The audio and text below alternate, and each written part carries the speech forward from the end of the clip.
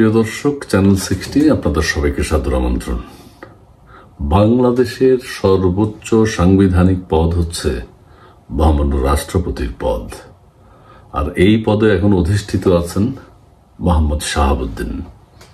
তিনি এখন কেমন আছেন, কোথায় আছেন, কি করছেন, কিভাবে তিনি সময় কাটাচ্ছেন, রাষ্ট্রীয় কোন গুরুত্বপূর্ণ দায়িত্ব তিনি পালন করছেন, তাকে নিয়ে কোনো আলাপ আলোচনা এখন হচ্ছে না। সে বিষয়টি নিয়ে আপনাদের সাথে কিছু কথা শেয়ার করব। তার আগে বলে নিই, যারা চ্যানেল 16 এখনো সাবস্ক্রাইব করেননি, প্লিজ সাবস্ক্রাইব করে সঙ্গে থাকবেন। যেটা বলছিলাম, মোহাম্মদ শাহাবুদ্দিন এখন বাংলাদেশের 1 নম্বর মানুষ, যেহেতু তিনি এখন রাষ্ট্রপতি। জুলাই আগস্টের যে আন্দোলন, তারপরে নানানভাবে রাষ্ট্রপতির পদত্যাগ চাওয়া হয়েছে। সেখানে বিএনপি বলেছে যে সাংবিধানিক একটা শূন্যতা তৈরি হবে এই মুহূর্তে যদি রাষ্ট্রপতি পদত্যাগ করেন। আর রাষ্ট্রপতি পদত্যাগ করতে হলে কিছু নিয়ম কানুন আছে, যে সংসদের যিনি স্পিকার তার কাছে মহামান্য রাষ্ট্রপতি পদত্যাগ পত্র দিতে পারেন এবং সংসদে সাংসদদের উপস্থিতিতে সেটি কার্যকর হতে পারে। কিন্তু এখন সংসদও নেই, স্পিকারও নেই, কাজে রাষ্ট্রপতি কিভাবে পদত্যাগ করবেন? এক ধরনের সাংবিধানিক শূন্যতা তৈরি হতে পারে। কিন্তু নানানভাবে মহামান্য রাষ্ট্রপতির পদত্যাগ চাওয়া হয়েছে এবং উপদেষ্টা মণ্ডলীর সম্ভবত একটা মিটিংয়েও রাষ্ট্রপতির বিষয়ে একটা সিদ্ধান্ত নেওয়া হয়েছে। এবং আমরা দেখি বিভিন্ন কার্যক্রমের মধ্যে, যেমন শহীদ মিনারে পুষ্পস্তবক অর্পণ, স্মৃতিসৌধে গমন, এইসব বিষয়ে উপদেষ্টা, প্রধান উপদেষ্টা এবং রাষ্ট্রপতির মধ্যে একটা গ্যাপ আমরা দেখতে পাচ্ছি, যেখানে রাষ্ট্রপতি বা প্রধান উপদেষ্টা একসাথে শহীদ মিনারে পুষ্পস্তবক অর্পণ করার কথা, সেটা আমরা দেখিনি। এবং তাকে নানানভাবে কিন্তু খাটো করা হচ্ছে। ভাষা আন্দোলন উপলক্ষে পত্রপত্রিকায় রাষ্ট্রপতির বাণী প্রচারিত হয়, সেটি হতে দেখিনি। স্বাধীনতা দিবসে তার অনুপস্থিতি এবং বিভিন্নভাবে এই পদকে এক ধরনের অবমূল্যায়ন করা হচ্ছে। রাষ্ট্রপতির অনেক কাজ রয়েছে, বিভিন্ন সভা সেমিনারে তিনি যান, কিন্তু এখন এই মহামান্য রাষ্ট্রপতি কি করছেন? তাকে কোথাও যেতে দেয়া হচ্ছে না, নাকি তিনি যাচ্ছেন না? তিনি কোনো শিক্ষা প্রতিষ্ঠানেও যাচ্ছেন না, যেহেতু তিনি বিশ্ববিদ্যালয়গুলোর চ্যান্সেলর পদাধিকার বলে। তিনি বিভিন্ন ফোরামে কথা বলার কথা, কিন্তু আমরা আমাদের বর্তমান রাষ্ট্রপতিকে সেই ধরনের কোনো রাষ্ট্রীয় কাজে এখন আর দেখতে পাচ্ছি না। রাষ্ট্রপতি বঙ্গভবনের ভিতরে আছেন না কোথায় আছেন আমরা দেশবাসী কেউ জানি না। এমতো অবস্থায় একজন রাষ্ট্রপতি কিভাবে আছেন, কেমন আছেন, জাতি জানতে চায়। কিন্তু দুর্ভাগ্য, আমাদের রাষ্ট্রপতি এই মুহূর্তে কোনোভাবেই দৃশ্যমান হতে পারছেন না। এটি একজন রাষ্ট্রপতির জন্য একটা পদের উপর এক ধরনের কি বলবো, যাই হোক, আমরা দেখতে পাচ্ছি যে মহামান্য রাষ্ট্রপতি এবং আমাদের প্রধান উপদেষ্টার মধ্যে একটা দূরত্ব তৈরি হয়েছে, গ্যাপ তৈরি হয়েছে, যেটি কাঙ্ক্ষিত নয়। নানানভাবে তাকে হেয় প্রতিপন্ন করা হচ্ছে। তিনি বিমর্ষ, উদ্বেগ, উৎকণ্ঠার মধ্যে হয়তো আছেন বঙ্গভবনের ভিতর।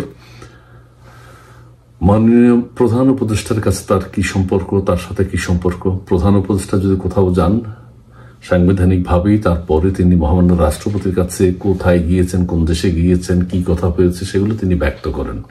এটা নিয়ম, প্রচলিত নিয়ম, কিন্তু সেটিও আমরা দেখতে পাই না।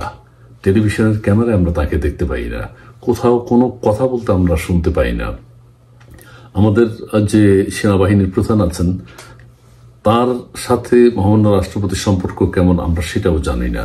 কিন্তু রমজানে আমরা একবার দেখেছি, ইফতার করতে গিয়েছেন সেখানে সেনাপ্রধান, সেটি আমরা দেখেছি।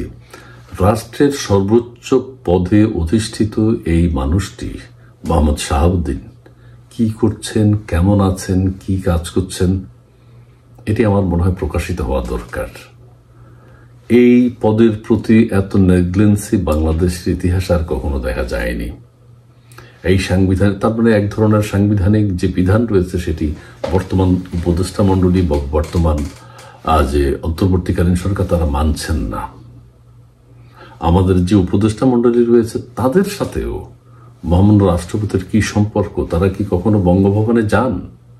তারা কি তার সাথে দেখা করেন? তার সাথে কোনো কথা হয়?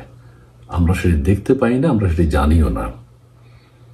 এবং বৈষম্য বিরোধী ছাত্র আন্দোলন যেইভাবে জুলাই আগস্টের যে আন্দোলন, সেটির পর যেভাবে আন্দোলন করেছিল, এটিও আমরা দেখে যে বঙ্গভবনের সামনে তারা নানানভাবে কেওয়াস তৈরি করার চেষ্টা করেছিল রাষ্ট্রপতির বিরুদ্ধে। সেই ক্ষেত্রে এই পদের বাংলাদেশের 1 নম্বর মানুষ বা বাংলাদেশের সাংবিধানিকভাবে রাষ্ট্রপতির পদটি হচ্ছে সর্বোচ্চ। সেই সর্বোচ্চ পদের মানুষটি কোথায় আছে, কেমন আছে, কি করছেন, কিভাবে সময় কাটাচ্ছেন, তার পরিবারের অবস্থা কি, তার আত্মীয় স্বজন কোথায় আছেন, কিছুই আমরা জানি না। আমাদেরকে সেটি জানতে হবে এবং জানানো উচিত। এবং তিনি তার কর্মক্ষেত্রে বিচরণ করবেন, সেটি আমরা চাই। তার যে দায়িত্ব আছে সেটি তিনি পালন করবেন এবং সেটি পালন করার সুযোগ দেওয়া হোক তাকে। অর্থাৎ কেউ কেউ বলছেন তিনি এক ধরনের বন্দী অবস্থায় আছেন। এটি দেশের জন্য কতটুকু সুখকর, মঙ্গলজনক, সেটি বিবেচনা করার দায়িত্ব আমাদের দেশবাসীর। আরেকটা বিষয় হচ্ছে যে বর্তমান অন্তর্বর্তীকালীন সরকার রয়েছে, এই অন্তর্বর্তীকালীন সরকার শপথ নিয়েছে কিন্তু মহামান্য রাষ্ট্রপতির কাছ থেকে, অথচ সেই পদের অবমূল্যায়ন করা হচ্ছে। মহামান্য রাষ্ট্রপতি যদি অবৈধ হন, তাহলে এই অন্তর্বর্তীকালীন সরকারও অবৈধ। মহামান্য রাষ্ট্রপতি যদি তাদেরকে শপথ পড়িয়েছেন, দেশের ওই ক্রান্তিকালে ব্যাপক গুরুত্বপূর্ণ ভূমিকা পালন করেছেন, পদাধিকার বলে সেগুলো পালন করতে হয়। কিন্তু সেই শপথকে যদি অস্বীকার করা হয়, তাহলে এই তত্ত্বাবধায়ক সরকার থাকে না।